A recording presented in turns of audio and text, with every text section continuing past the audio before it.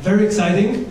We are launching our first event of Growth Marketing Pros here in the UK. Before I start, I really want to thank the team from Tradestars for having us here. They made a massive work for us, and we are very, very grateful for everyone, for Kevin, Carly, Kiki, Roy. Thank you, Jake, as well. Thank you so much for having us. Really appreciating. Before we start with the professional side, my name is Mo. I am a growth marketer. I've moved here 11 years ago, and I'm also soon going to have a title, which is a dad. If you saw a pregnant lady in the room, so make the link. So the reason why we started this thing, and probably most of you got some messages from me in the last month trying to invite you to this event, is because when I moved here 11 years ago, working in marketing was something that I felt that I needed, and I wanted to engage with people from different marketing disciplines, and I just couldn't find anything that's doing this for me. It creates an opportunity for me to discuss, to chat with people from different disciplines. And we really thought, okay, like, where can I meet product marketers, creative, brand, paid, social? And then I thought, wait, I'm actually part of a community in Tel Aviv, where I'm from, that is a growth marketing community that Roy, who sits here, started. First, can you hear me? Yes. So Growth Marketing Pros, we're starting it here now because of the fact that we want to create a room for everyone to come together. And it's something that really, the idea is to create a connection between all disciplines, everyone in marketing to come and talk. Imagine the conversation between that creative person in the room, that social, that paid ads, the brand, SEO, etc., on a high scale, high level. We want to create this opportunity. And I actually pass it to Roy. So hi, nice to meet you. I'll be super short. My name is Roy. I'm 39 years old from Tel Aviv, but I come to London like every year. I started in performance marketing as campaign manager, and kind of grew my career into VP marketing in a small startup, B2B SaaS startup that was called Oribi, and it was acquired by LinkedIn in 2021. I moved to LinkedIn. I spent the time there a year, opened the Tel Aviv office, and then I moved to another B2B SaaS company called Atera to manage all the demand generation activity. And now I'm working as a fractional CMO and growth marketing consultant. And 8 years ago, I founded Growth Marketing Pros in Tel Aviv, which is now the biggest community of growth marketing and demand gen and creative professionals in the country. We have almost 2,000 people, within the community, which lives not only in the events, but also in a WhatsApp group, and also Facebook and LinkedIn and things like that.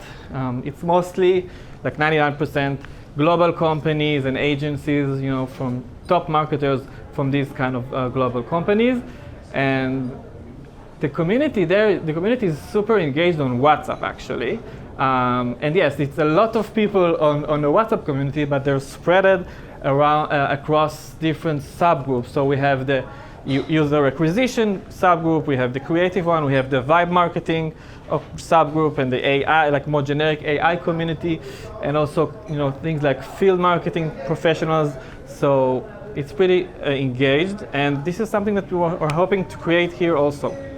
So very good. Thank you. And thank you, Roy. And really, when we think about marketing today, it really feels something like that, like, oh shit, what am I doing? It's just normally very, very hectic. What we're trying to create, and that's also what happens in our original community, is that you get from being very messy in your head to, okay, I found this solution because that person helped me, and now I feel more comfortable to bring it back to the brand I'm working with, whether you are in-house or if you are working as a fractional. And this is what we're trying to build here, and we want you to enjoy this evening with two amazing speakers. So briefly, our session will be, we're going to have a first session with Ben Kaluza, an amazing content creator. I'm sure all of you already saw his content, hosted by Joel Makader from 8 Original. And after that, we're going to have the amazing Liam Liam Collins from Instantly. He's going to speak about performance marketing. I will not spoil it. Really, we are opening the room for questions, so please feel free to engage with our speakers. And I will just say one more thing. We had a QR code on the screen. I'm going to put it at the end.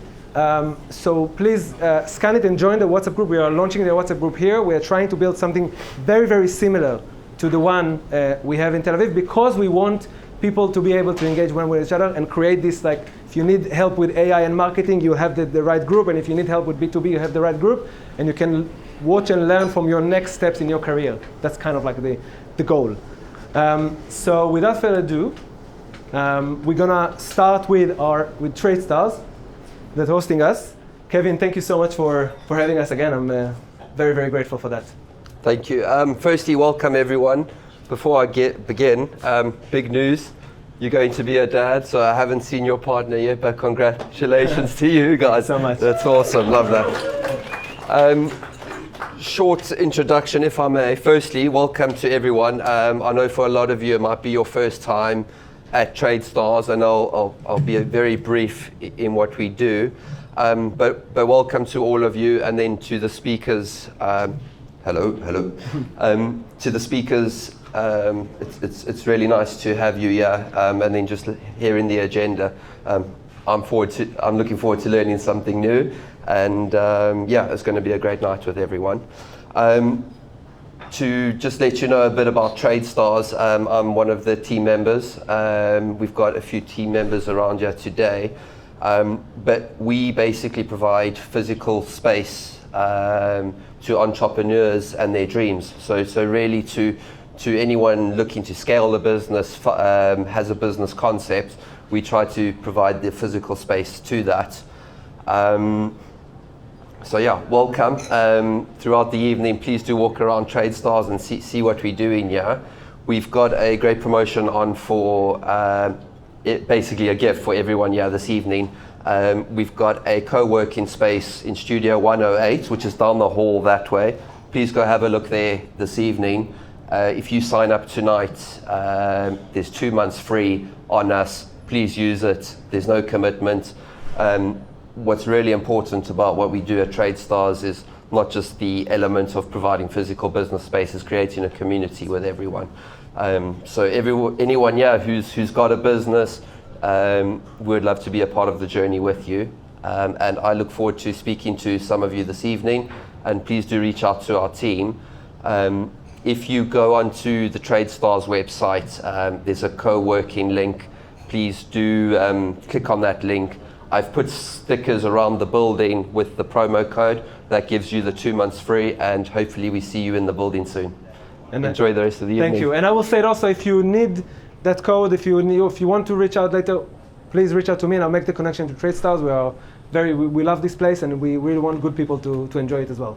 I'm here the whole evening, so please just reach out to me and I'll be able to help you as well. All right. Thank you. Cheers. Thank you so much. All right, so we are inviting Ben and Joel to join us. Thank you guys, and thank you to Tradestars as well for hosting us. My name is Joel McAdar. I'm the founder and CEO of 8 Original. We're an AI-powered, globally award-winning social media agency. I think before I introduce Ben, it's important for you guys to know that I am one of you. I have no idea what Ben's going to say today. I'm definitely not. Yeah, I have no idea what Ben's going to say today. The questions that I'll ask him are genuinely from a position of not knowing what's going to happen and sometimes not knowing the timeline of things. So that's where I'm coming at it from today, which I think would be helpful for the rest of you. I think before we play the video, I think we both want to know, if you want to put your hand up, who's like director level or founder? Okay, like head of maybe? Okay, maybe manager? Okay, do we have any juniors in the room? Any chance? No? Okay. So, fine. So it's just helpful for me to know, just to kind of tailor my questions accordingly. Hopefully Ben doesn't make it as technical as he generally does, but we'll get there. Hi everyone, I'm Ben, full-time creator. Just a pure creator, that's what I love doing. Everyone asks me, why don't I have a course, why don't I have an offer? Because I just love making videos, and that's pretty much all I do all day, every day. I've been a creator for around 6 years, 6, 7 years. Started in fitness, then did 6, 7 productivity. Put me on. I worked at Twitch for 3 years in advertising operations. Hated it, but started streaming on the side within gaming. Then I did streaming education. Then I did editing education. And then just got into more resource sharing in terms of video production and creative process, finding just very niche tools that help people make and produce videos faster and better. And then AI came along, and kind of, I wasn't a believer at first, which I think a lot of people weren't, in terms of its quality and potential. And then over time, we just have started to see it get better and better. And then I had to make the decision on whether or not I wanted to adopt that into my education, despite quite a large backlash, obviously. And then I just have now more focusing on practical education, but sometimes just weird and wonderful things. And now I kind of have like a mixture of approach for my education. Some is AI, some is not AI, some is more workflow driven, some is more creative driven.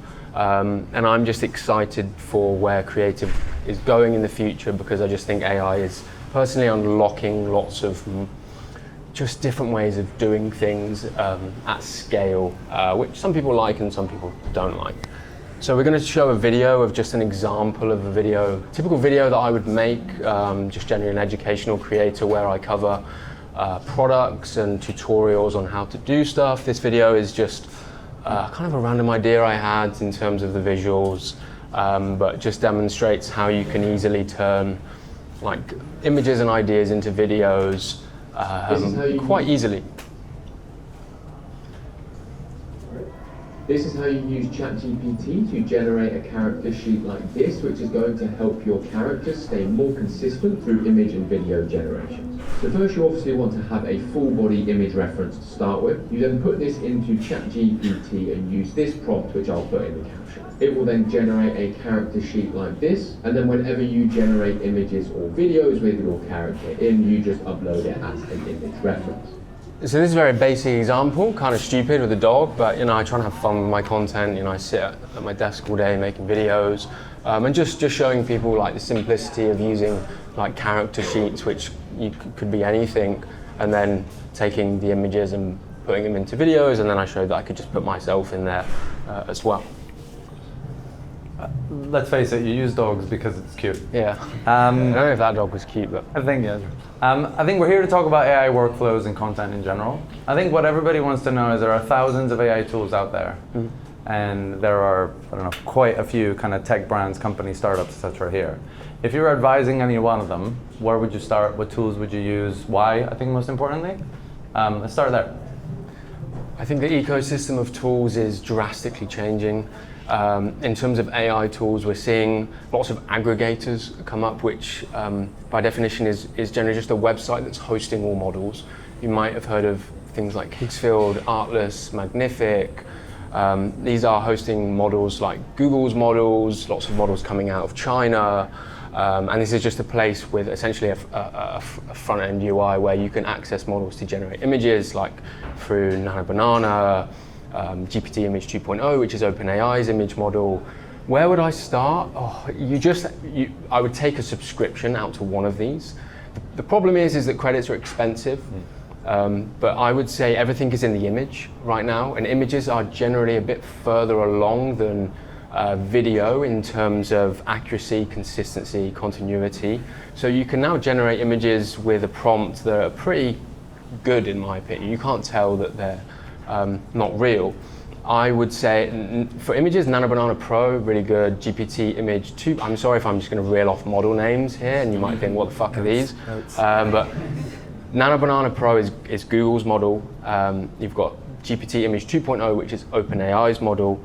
And then for video, you have things like Kling 3.0.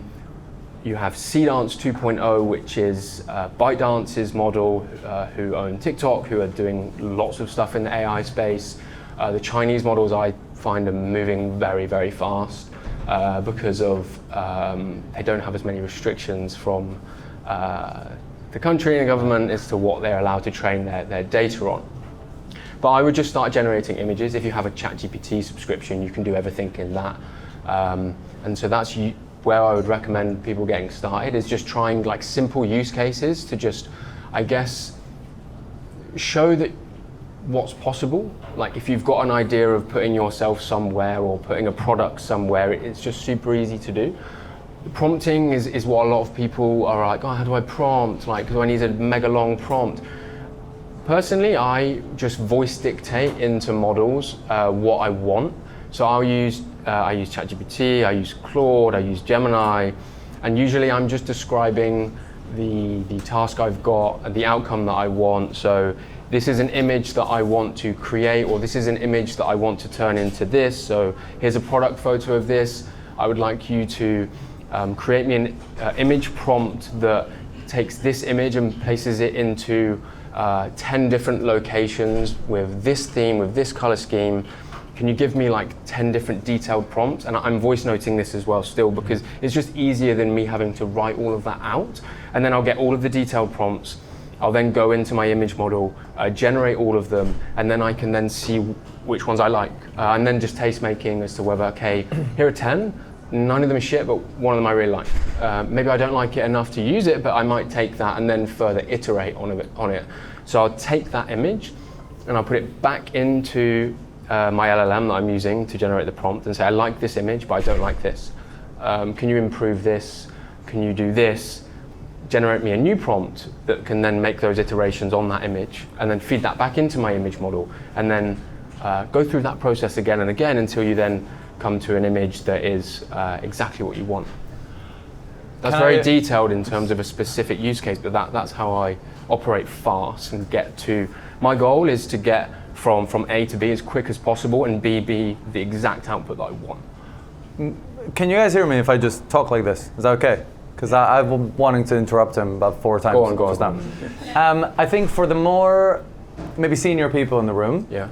And again, just for the practicality. Well, I don't know, not necessarily, but are we talking £20 a month, OpenAI, ChatGPT, etc.? Are we talking about Claude Pro for £90 a month? Are we just going to the credit part a little bit, just for the people that already maybe do some image generation, etc.? That may be. If you pay for the £20 a month ChatGPT subscription, that gets you a decent amount of images.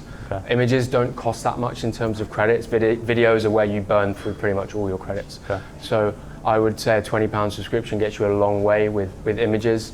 On the aggregators, they have different subscriptions that go from 20 all the way to 200. £200 will be where you're really needing videos. Like I'll burn through those quite easily. Like a sea dance video, on a £200 subscription, I'll maybe get 15-second videos. So it's really difficult to generate high quality. I'm going to come on to this. It's really difficult to generate high quality at scale without actually it costing a lot of money. Yeah. So my next question was about. I think a lot of us may be a little bit anxious about this in the world of marketing, where budgets are less, etc. People are going to AI because people feel like you can create more for less. Mm-hmm. Is that something that you feel like? How does that scale? How do we kind of all deal with that? How do you deal with that?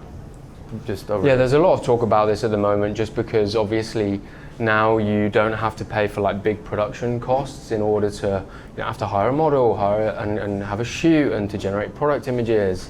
And I think at an image level you can achieve a lot. It's when you go to video, and I find that it's really easy to get to 80%, but then really difficult to just get the final 20%. Mm-hmm. So 80% you can do in an hour or so, but then when you're really fine tuning the last 20% to get all of the brand details and continuity correct, mm-hmm. that might take a couple of days, which is annoying. But it's just the way that it is, and a lot of people just have this false perception that it's just prompting.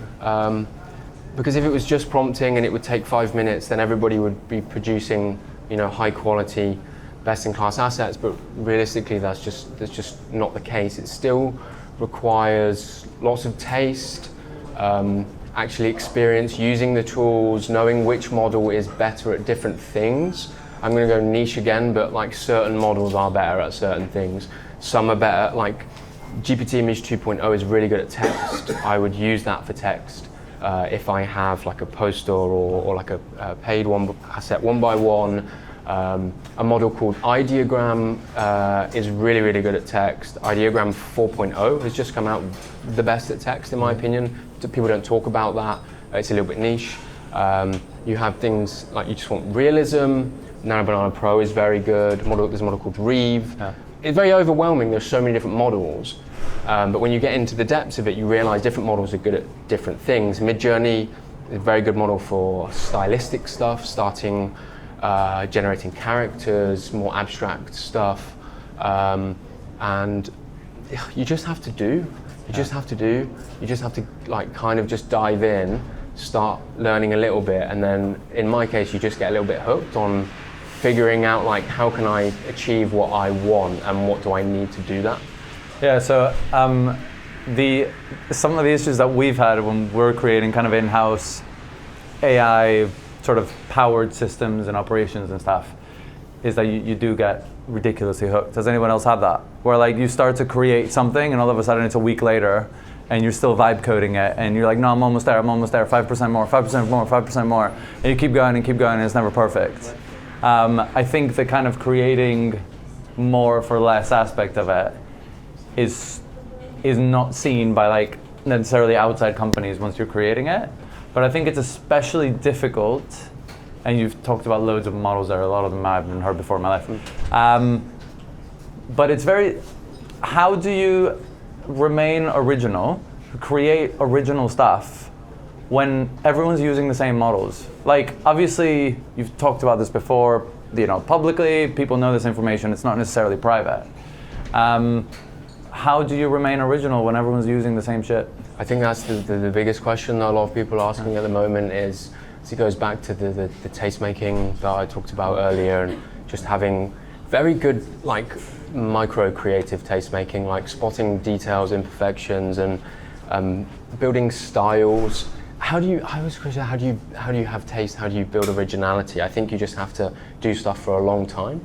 And I always just think that like when we reach this point where models and automations become easier and easier and easier to mass farm out content, like how do you stay above that? Mm-hmm. And I think it just comes down to just lots of experience in creative, and also leveraging automation, like your Claude Code or your Codex, whatever you use, in order to make the really manual stuff as fast and easy as possible, so you can spend the most time actually like using your brain to do like the creative touch-up stuff and coming up with ideas. We've got a few videos that I've put together, very different than what I've showed at the start, but one is like a spec ad creative that my friend created for Puma around the World Cup. Very quick-paced video. I think it looks real. I think you can't tell it looks like AI, but that is because he is quick cutting the video, as in the clips are really short. The second video is very, very different and is from just a really top of the top AI filmmaker. And I wanted to put these videos together because one shows the side of ad creative and one shows the side of AI filmmaking, which is also absolutely taking off, and people are doing incredible things that like you just wouldn't believe. Is better?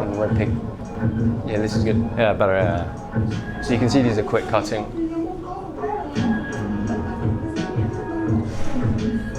It's unbelievable.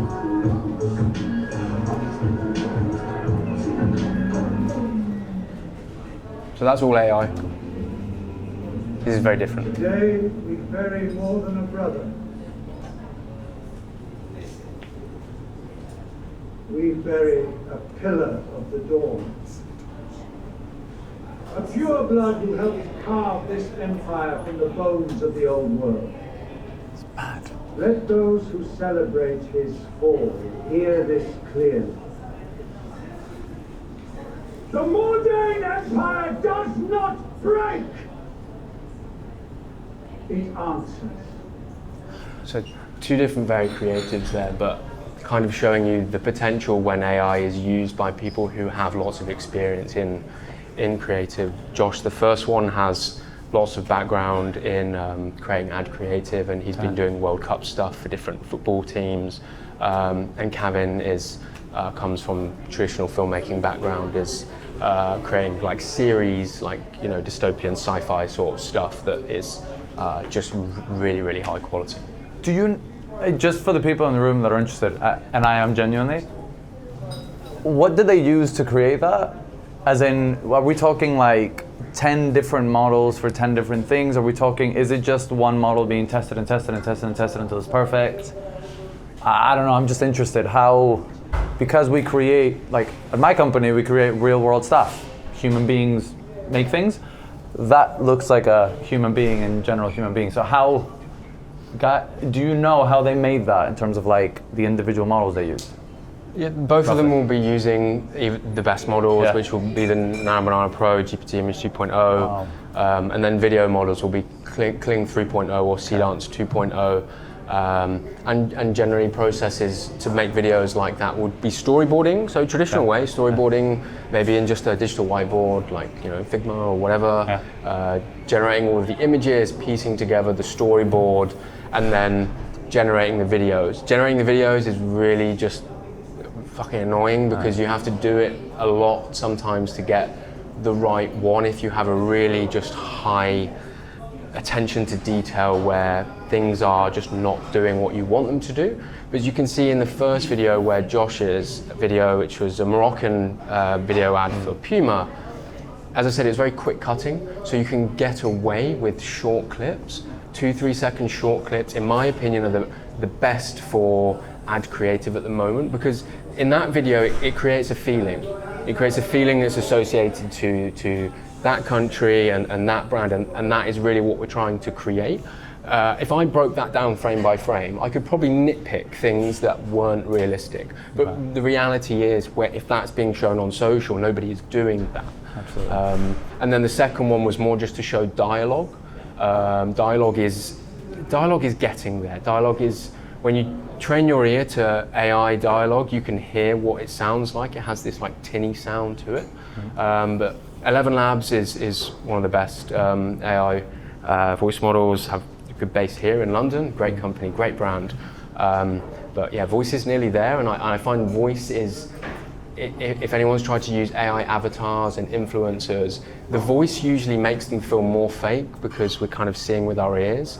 But if you use an avatar with a real voice because you've used your voice to dictate the mouth movement, then it feels more real. If anyone speaks AI, you can speak AI with Ben. He speaks AI. It's fine. Sorry, can we use the mics? There's a lot of background noise. Sure.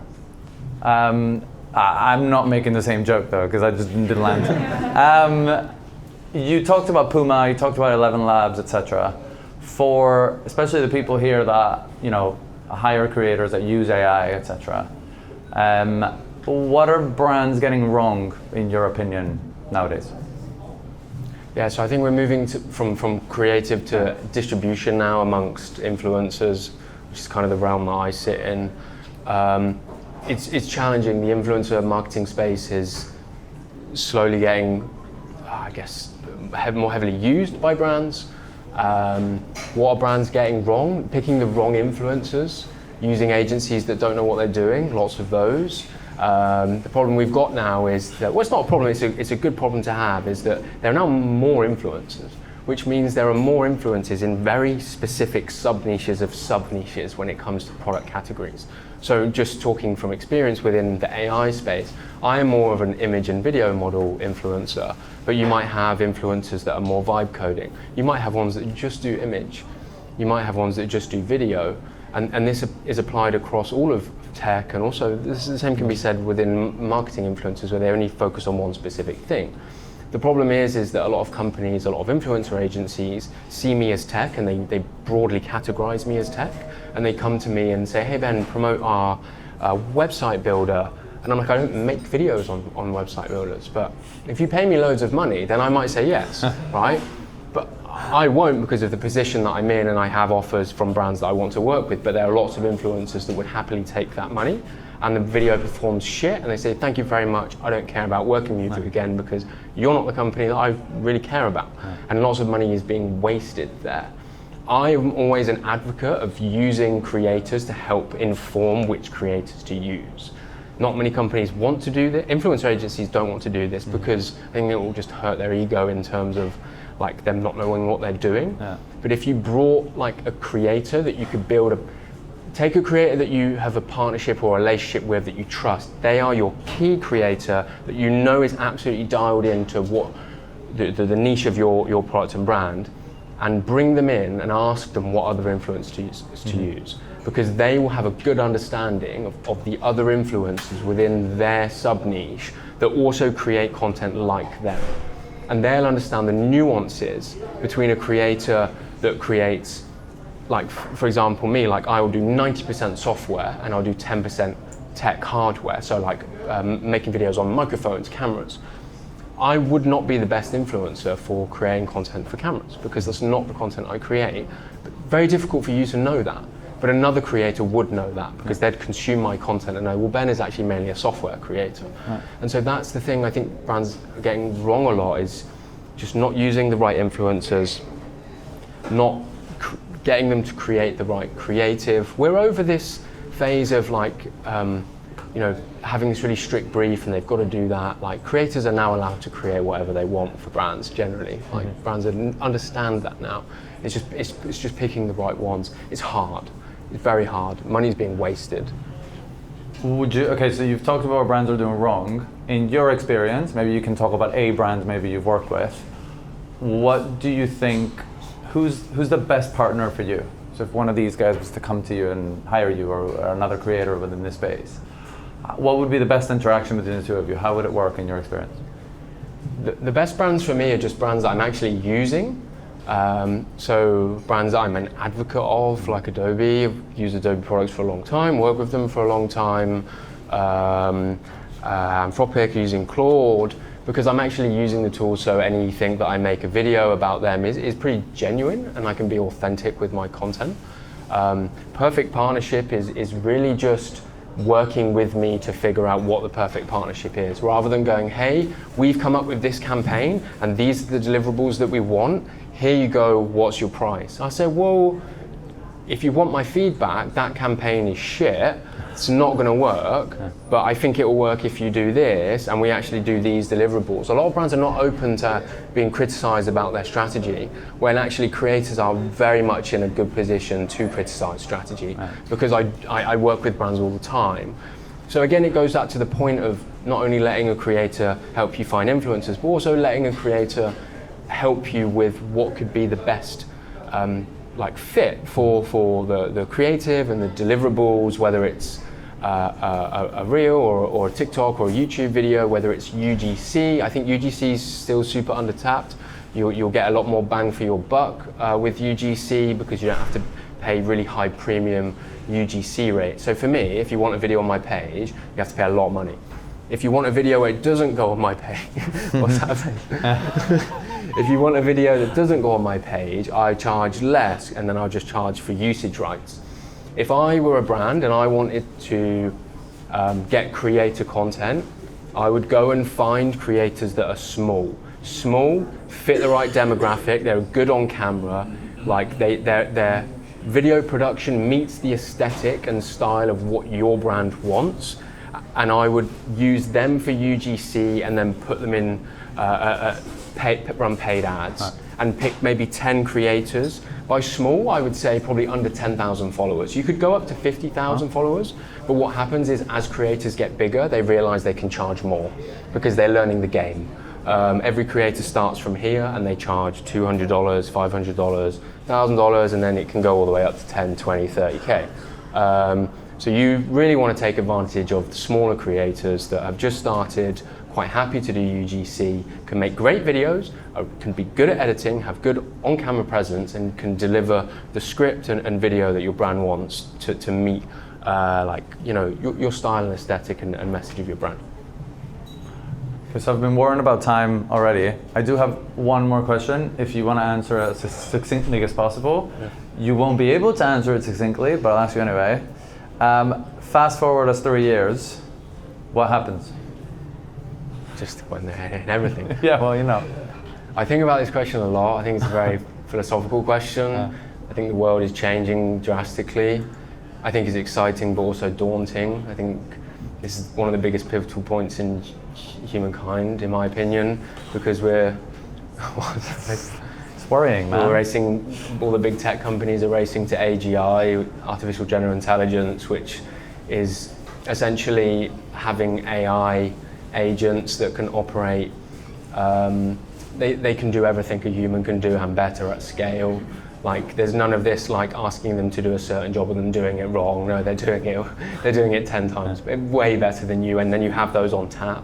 And if we're able to reach AGI, which some companies predict in 3 years, in 5 years, in 10 years, then it comes a question of, well, where do humans add value in the world? That's a very deep question. I don't know the answer to that, but I think it still lies in creative. It still lies in community, in creation. I think a lot of things are inevitably going to be automated across most jobs. I think that's inevitable. Just mundane tasks that can be done with AI agents. You may have just seen people using Claude Code and building very simple automations to connect, different apps together to do a task that would maybe take you 3 or 4 hours. You can now do it in 10 minutes because you can now easily build that automation. I think we're going to see that happen more and more and more and more and more, especially in big corps. And then I think job loss is coming. And so it's like, well, how do I prepare for that? How do I make myself valuable to the future workforce? I think you've got to lean into AI. I think you have to. I of course will say that because of what I do. But I also say that from a place where I want people to understand that the future of AI is coming, and it isn't going to be nice to a lot of people. And I think now's the perfect time to just get ahead, educate yourself, think about how it can be implemented in your job, think about how it can save you time, how it can make you better, and hopefully you'll just then continue to build on your skill set with using AI, so then you can still be valuable to your specific role in your specific industry going forward to companies. And you're more of like I see it's like people will become orchestrators of agents, where people are almost like QAing agents, making sure they're doing the right things, fine-tuning them, taste-making on top. But that inevitably is going to lead to 10 people becoming one. So how do you be that one is big question that I always ask myself. You can keep the microphone. We've got another 2.5 minutes. If there's any questions at all, please raise your hand. You can call on somebody, but we're happy to take some questions if you want. If not, I've got a question. I have one. Go on. Sure. You were saying how sometimes a company will come to you and you'll think their strategy is no good. Yeah. What informs your strategy? My strategy for my content or overall business? On behalf of another client. So let's say it's Puma, for instance. They send you something and you're like, this isn't great. So what's going to inform your strategy, your videos that you're going to create, or creatives or whatever it might be? What I think my audience is going to like. Yeah, because it's based on your audience. Generally if I find if a brand is approaching me, they have deemed that my audience is their audience as well. And so based off of my content that I've been creating for a long time for that audience, I kind of have a subconscious understanding of what works and what doesn't based off of metrics and like video performance. So often I find brands come to me and they've just made this new product feature or new tool and they want me to promote it, and I look at that and go, that's shit, like nobody wants that. Like, who's informed that product decision? Because based off of what my audience wants, which is your audience, I might have created something similar to that, or I just know that isn't really what people want, or it's a very niche, small set of audience that want that product, but mass market doesn't. And if mass market doesn't want the product, the content won't perform. And you'll be really straight with the client and say that? I will, generally, because I don't care if they don't want to work with me. But then they also appreciate that, because then other influencers don't want to give feedback, scared that they won't work with them, where I'll just say, look, this is shit. Like, why are you doing this? Like, I can help you if you want it, but they sometimes don't want that, but yeah. Sure. Well. So there's an influencer I've been recently following, Chloe versus History. Okay. I don't know if you've landed on that yet. And I think the future, as I see it, or part of the future is that the AI becomes influencers. Have you thought about cloning yourself or having a sub-brand? I thought about AI? this, yeah. I know how to do it. I use a tool called HeyGen. I'm undenied about doing it. I have a brand to protect, and I can't do it. I can't do it. I like being on camera and being me and building that trust through me. But I have some of my friends who have done that, and their other channels are fully automated. They are like avatars. They have ones of themselves, and they have just completely made up people. And those are like increasing in volume. I don't like that, but I think that's more and more of that is going to happen. Whether we see regulation come into place from advertising organizations as to whether people are allowed to promote products using fake people is another question. Whether Instagram and TikTok and YouTube and other platforms have better enforcement of AI labels going on videos like that, and those then mean that those videos and that influence does not get reach. Because what happens when we move to a place when that's so easy to do for so many people, and then social media is just flooded with fake people. You know, it's like dead internet theory. You know, it's like, you know, there's just more content created by robots than humans. So I haven't got to that point yet. I just don't want to do it personally. Look at Harry versus history. Yeah, I think I know who that is. I reckon I probably know the video, so I'll check her out. Do we have more questions?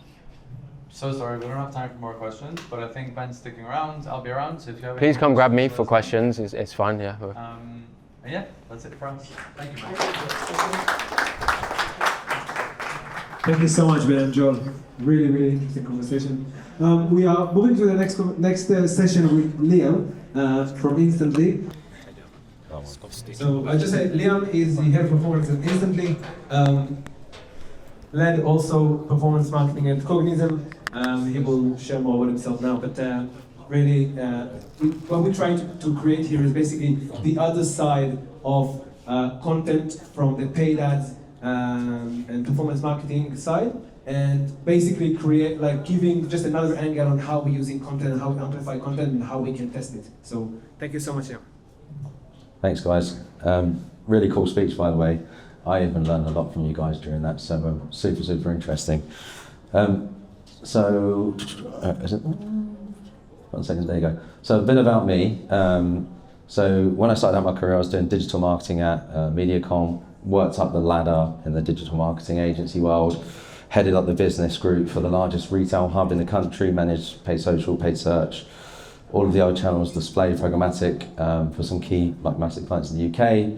Got super bored with the agency world because ultimately you become a number, you're doing commercials, you're not really able to impact clients' businesses. And then more recently, I went down the route of sort of working with B2B SaaS companies, so helping brands really try to grow their own business. What you find with a lot of businesses when they first start out, they try and focus on like B2C channels, and it's actually a completely different tack for B2B. So really learned into that.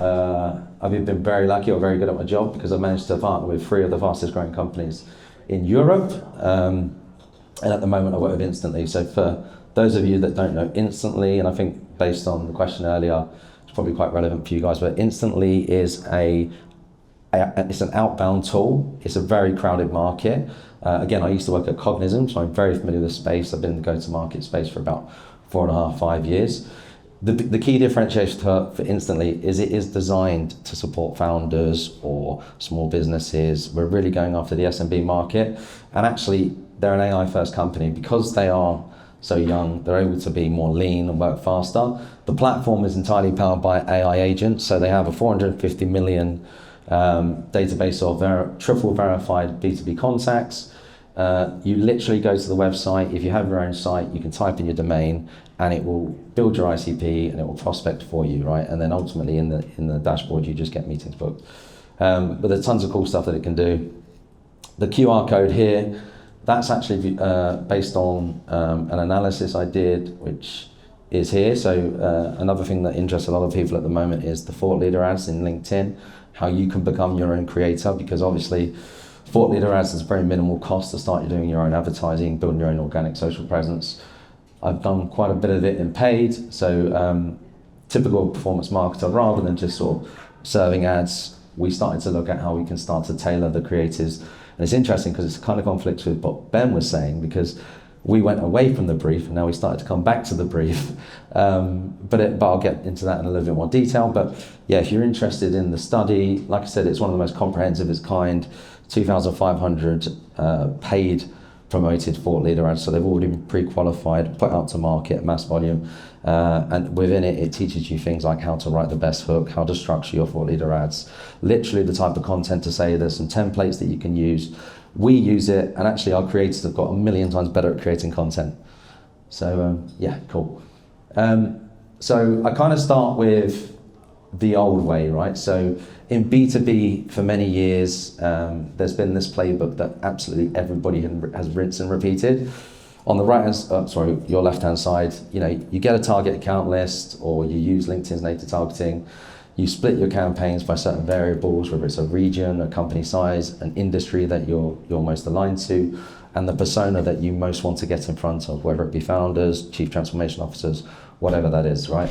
And then on the other side, you have these content buckets, and you'll notice as a performance marketer, I'm not talking about formats.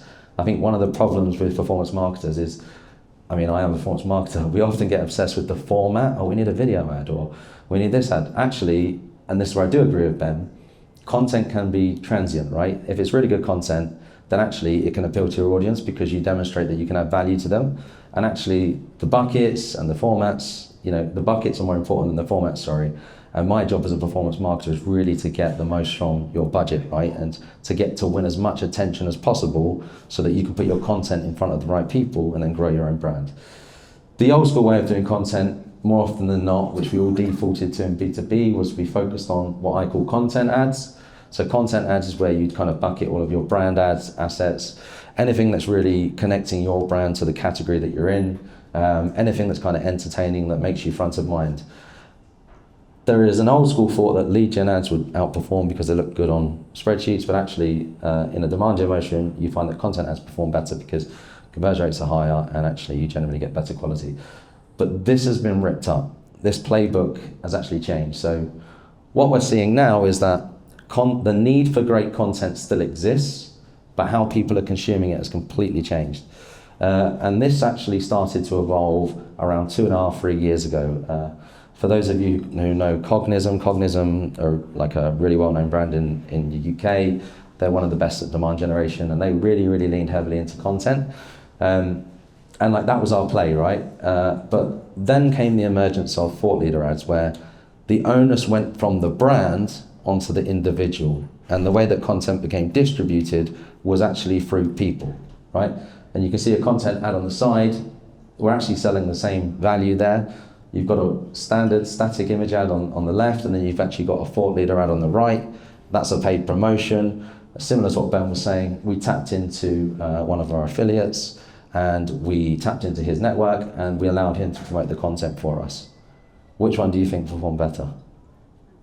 Left or right? Raise your hands for the right. It performed about 20 times better than the one on the left. And that's because we've almost become blind to traditional content ads in a static image format. And a really strange evolution happened is we like reading from people that we think are like ourselves. And then another key thing is there was a big issue that you had with your sellers. So the sales team would always complain that marketing aren't necessarily supporting them. They wouldn't understand why you have this amazing marketing campaign, which they didn't realize connected to their goals. And thought leader ads has really allowed us to change things dramatically, because now we can put our sellers right in front of our ICP, right? So rather than us having to do all that messy middle bit where we're sharing content, trying to nurture them and educate, we just put our sellers there. So actually when they reach out, they already know who they are, okay? But that doesn't change the same content themes that have always existed, right? Because there's still principles that you work towards. I think the key difference here is with a brand ad, a brand is trying to tell you what they stand for. But with a human, that person can embody what the brand stands for. And all you have to do to enable that is actually give them some slight guardrails. So one example is a campaign that we launched called Outbound Done Instantly. It aligns to our key brand pillars, which are around being easy to use, offering scalability, automations, AI. And we basically got all of the sales team to launch campaigns as well as all of our extended network, which basically showed how you can now do outbound without doing outbound. You can literally go for a coffee, you can go to the gym, and actually while you're doing all of those things, the system can run without any help. And that was a really good campaign for us. And then this is an example of a product value add. So the one on the left is a traditional product value add where we're trying to communicate the value to our audience. Ultimately, what we've then leaned into is, again, because we started to see thought leader ads work, we've really lent into our creators. So this is a guy that we hired in-house, typical of like the UGC content we were talking about before. He literally sits behind a microphone and he just offers value up front. He tells people how you can get the best from the platform. In the bottom corner, you can see that this has had almost 1,254,000 hours of viewing. So it's massively consumed. And you can also see that there's almost 11,000 engagements, almost 1,200 comments, and 165 reposts. So that content alone, if you think about how expensive paid can be, we paid to promote it, and then it's got all of that incremental awareness shared between networks. So not only are we putting it in front of our ICP, they're then putting it in front of people that they know in their network, and you just get this rolling incrementality and success of the campaign. How did it perform? So there's some key ones here. So 50% lower cost per click for thought leader ads versus your traditional ad formats.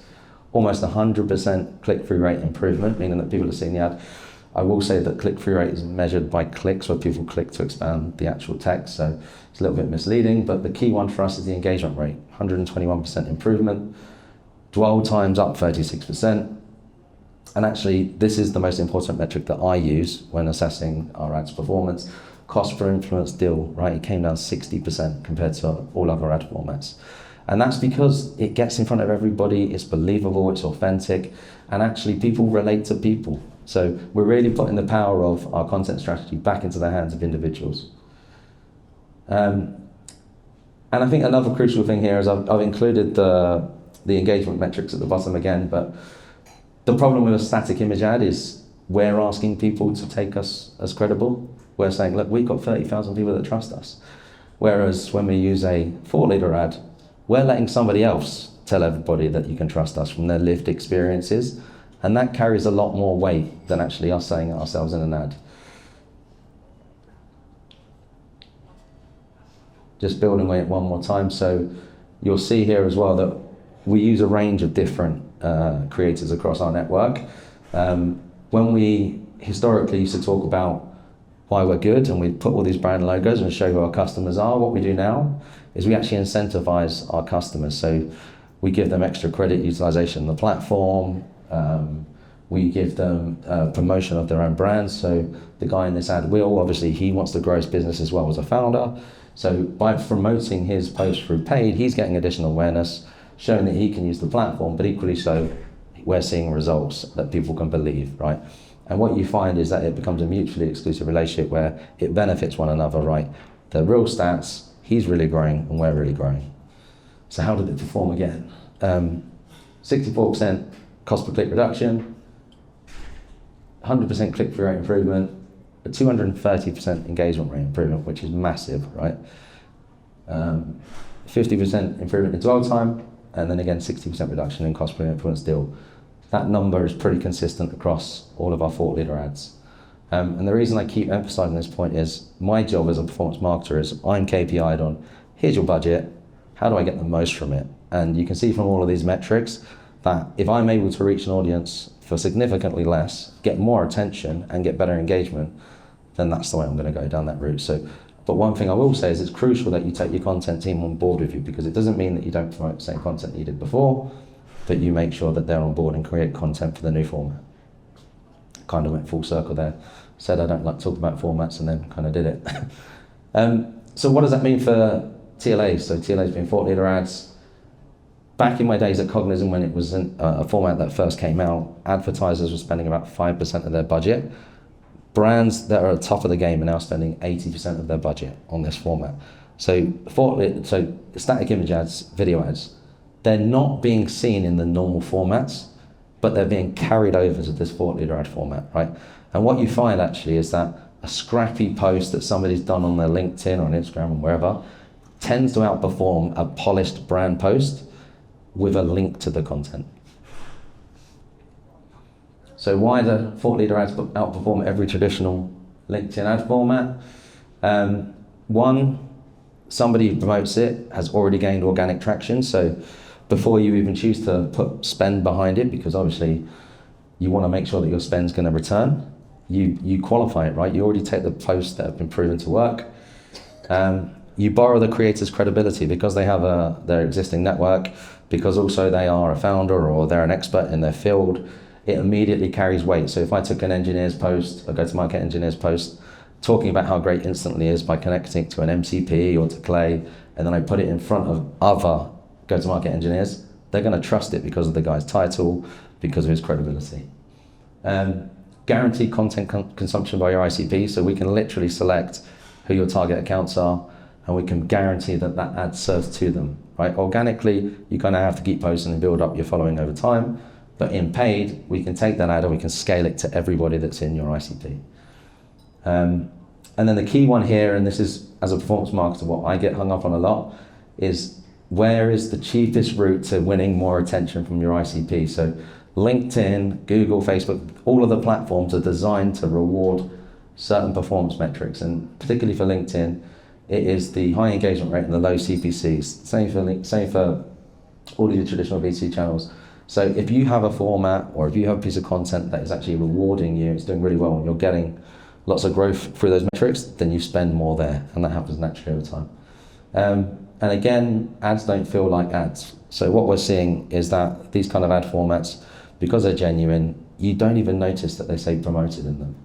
And a crucial point I made at the end is that this compounds over time. So again, because of the incrementality, because of the shareability, because it's people loving people, and it kind of gives you that weird community feel, even though you're online.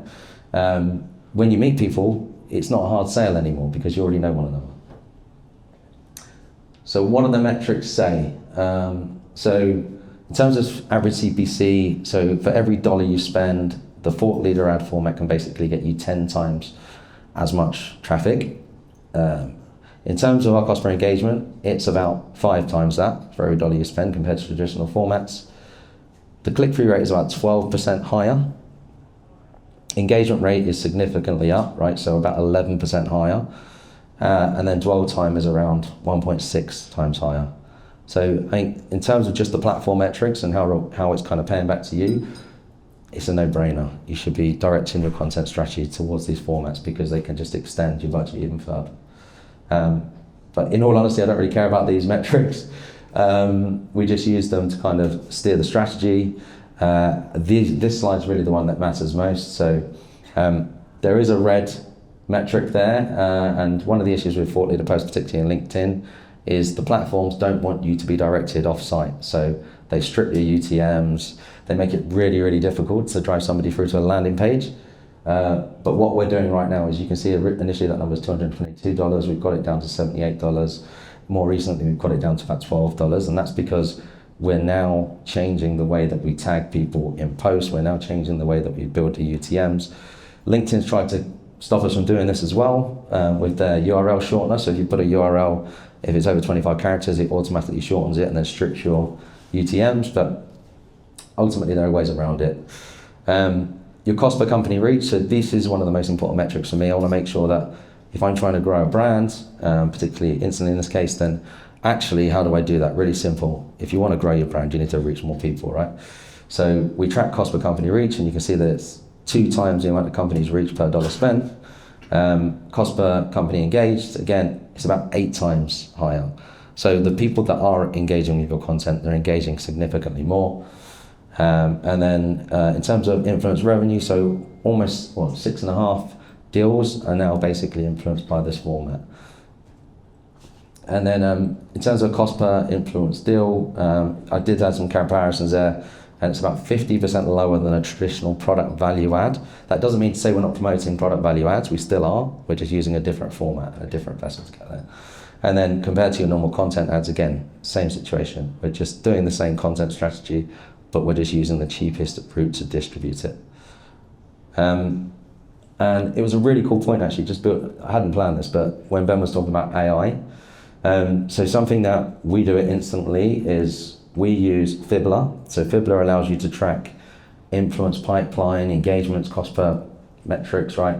And you can connect it to an MCP. So we've connected this to Claude now. And then there's a separate tool to this called Builder.ai, which allows you to basically, it's like a data platform where you can flow in all your different platforms and connect everything in one place, a bit like a data warehouse.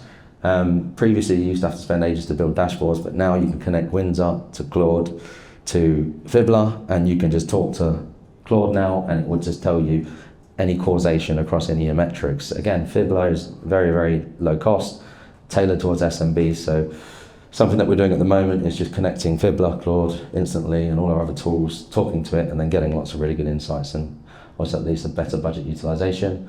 But you can see just in the data from Fibler in the platform, I don't have to go into the platform anymore because I get a daily report, but you can see that the highest impact campaigns, every single one of them is actually a thought leader ad. Cool.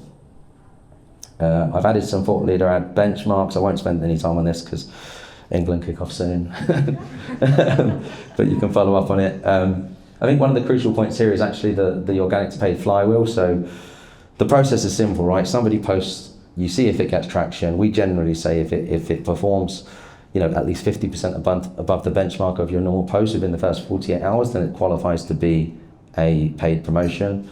You do not add the tracking links in the organic post because LinkedIn will strip the URLs and it will suppress the post. Once the post has basically been qualified as being or graduated to be a paid promotion, then you go back and edit the post. That's where you start to add in your tracking links, you make adjustments to any of the content, and make sure that it drives to the landing page that you're trying to promote.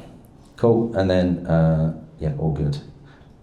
I'll skip over this, but the key thing here is, your creator network should be expansive because you're getting so much cheaper reach. Actually, start building out your network. And Ben made a really, really good point about starting with smaller creators. So we have a combination of market leading creators that we know they have a really, really good network that fits our ICP. But then there are other creators which we know are starting out and actually they have a following that's our ICP, but it just allowed us to expand our reach. And we've mapped all of those so we can try and cover as much of the market as possible. We generally follow a demand gen approach. So whenever we launch new campaigns, we reach out to all of our partners and agencies, and actually a lot of them will actually promote our products for free in our campaigns. So they'll do thought leader posts, and the reason for it is it takes them 2 seconds to promote because we've already written and drafted the content for them. We use affiliate networks to do the same. We have our internal thought leaders mapped to their individual area of expertise as well. So I promote a lot of content around performance marketing. We have Mark in the team, he promotes content around partnerships. The goal here again is to reach more accounts.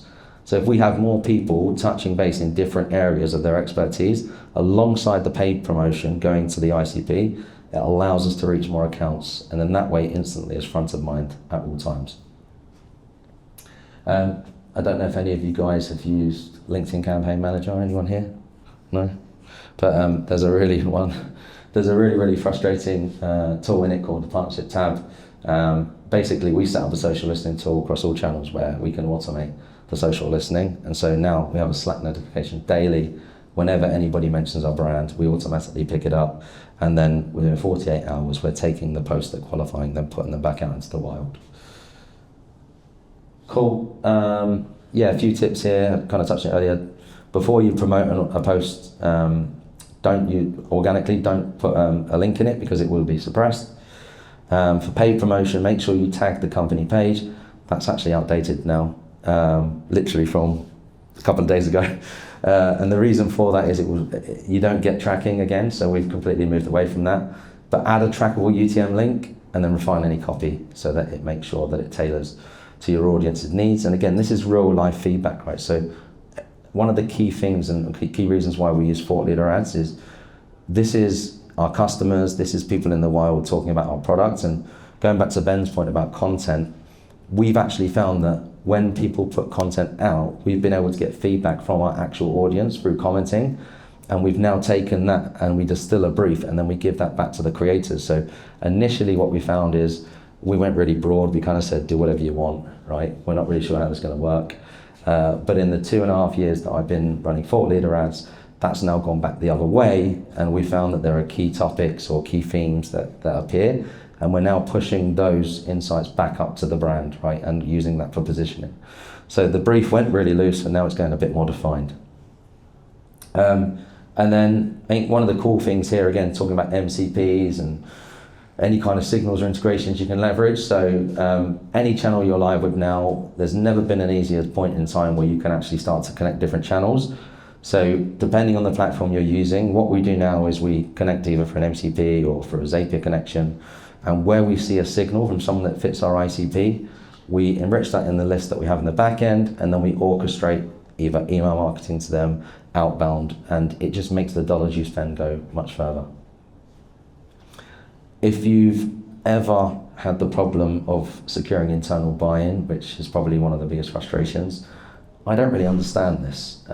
When I was at Cognism, it was a very new product. We were literally making up quotes and putting them in ads. And we were taking comments that we saw in LinkedIn or Instagram or YouTube, we were screenshotting it and then putting that into ads. There is no barrier to entry for this product, so like this ad format. It costs you zero production to produce a thought leader ad organically, and you can just start testing it, right? You can also write the content for founders, because some founders are a little bit reticent to doing it because of the uplift on their side. They have to spend some time doing it, but you can write content for them. And then one of my favorites is to actually go and pick somebody from sales. Sales like making money, so if you can put them front and center with their audience, then ultimately they're going to make more money. And then initially they don't really believe in it, but after posting for a couple of months, they start to see results. Then they become your biggest champion in-house, and then they start to tell everyone else how great it was. And then they're really good at sales. And they're good at sales. They've already done the selling, that's the thing. And then even on the influencer side, if you can't get somebody, like literally speak to an influencer, and more often than not, if there's a value exchange to be had, they can come to an event and reach into a new network or promote the products or services they provide. They're normally happy to do it for free. I mean, some people even do it for dinners. Cool, that's me. But if you are interested in the thought leader ad analysis that I did, it's quite comprehensive. You can scan the QR code, add me on LinkedIn. Promise I'm not comment gating. But yeah, I'll be able to send it over to you. Thank you so much. Sorry. Thank you so much, yeah. Really interesting and very comprehensive. I think that we not managed to scan the research from the beginning, and if we could also share it with everyone later, will be amazing. Yeah, we will do, yeah. Thank you very much, really. And I'll say that I think this is the last thing for today. So thank you so much, guys, for coming. Thanks for the speakers. Thanks to Tradestars. If you, as the Tradestars said, if you want to have 2 months free co-work here, no commitment, just reach out to Kevin. And we will say also that we want you to join our WhatsApp group. The WhatsApp group is a place for us to really share, to help each other. We're trying to build a community here of people that can engage one with another, and we would love you to be part of it. If you're not already, we already have quite a few members over there. And if you have any questions to Ben or to Liam, they're still here. Thank you all. Thank you so much for coming. Thank you.